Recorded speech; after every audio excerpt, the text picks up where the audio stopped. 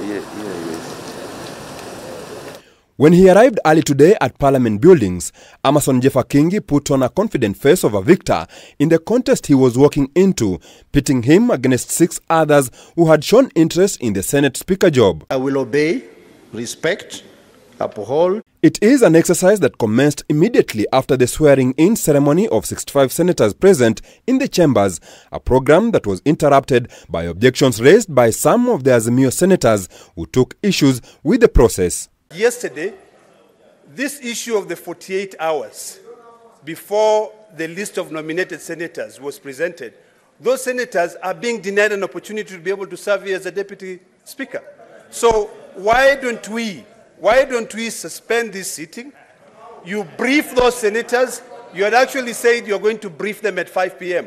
in your communication to us. Why don't we suspend it, brief them, give them an opportunity? You cannot deny them an opportunity, Mr. Clerk. We cannot proceed, Mr. Speaker, Bwana Clerk, to elect a speaker to preside over a house of people who have complied with Chapter 6, whereas that speaker himself or herself has not complied. So I'm requesting, Mr. Speaker, that in addition to the CVs that have been provided to me or to our senators, we get all Chapter 6 documents, Mr. Speaker. It is a matter that was dealt with by the Senate Clerk Jeremiah Nyengenye, who ensured the House business proceeded as scheduled. Any clearances that were required, and if or whether they were provided to the office of the clerk, is a matter for the office of the clerk to have made a determination before determining eligibility. However, this was followed by an announcement of the withdrawal of the Azimio candidate for the Speaker's post, Kalonzo Musyoka, leaving Kenya Kwanza coalition members to elect their preferred candidate without much contest after their counterparts from the Azimio side walked out. We cited that the House has previously indicted some of the persons who have placed their applications to be speakers of the Senate. And we needed a declaration and a determination from the clerk whether persons who have been indicted by the House should be eligible to run for the speakership of the House. At this particular juncture, we don't feel the necessity to sanitize a process that is already fraught with corruption. And I weep for the next 4 years of the Senate, because if this is how we are going to begin, then I can assure you that we are going to have a very difficult time, in this particular Senate. Kingi garnered 46 votes out of 65, surpassing the 2/3 majority to win the Senate speakership in round 1. Amason Kingi, having received 46 votes, which is the highest number of votes, and having met the threshold of 2/3, is duly declared, and I so declare, to be elected as Speaker of the Senate. Mimi Amason Kingi, nikiwa nimechaguliwa kama Speaker wa Seneti, naapa kwa jina la Mwenyezi Mungu kwamba nitakuwa mwaminifu kwa watu wa Jamhuri ya Kenya, kwamba nitatekeleza kwa uaminifu. Kingi called on the senators to put aside their differences and work together for the good of devolution.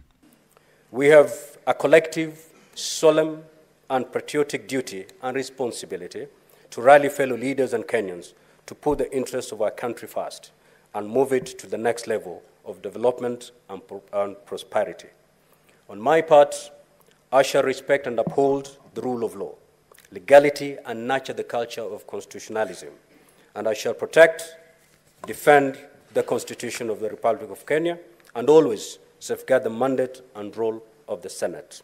Honorable Senators, I welcome you all to join me as we embark on this journey together. Meru Senator Murungi Katuri was also elected unopposed after the withdrawal of his sole challenger, Kilifi Senator Stuart Mazayo.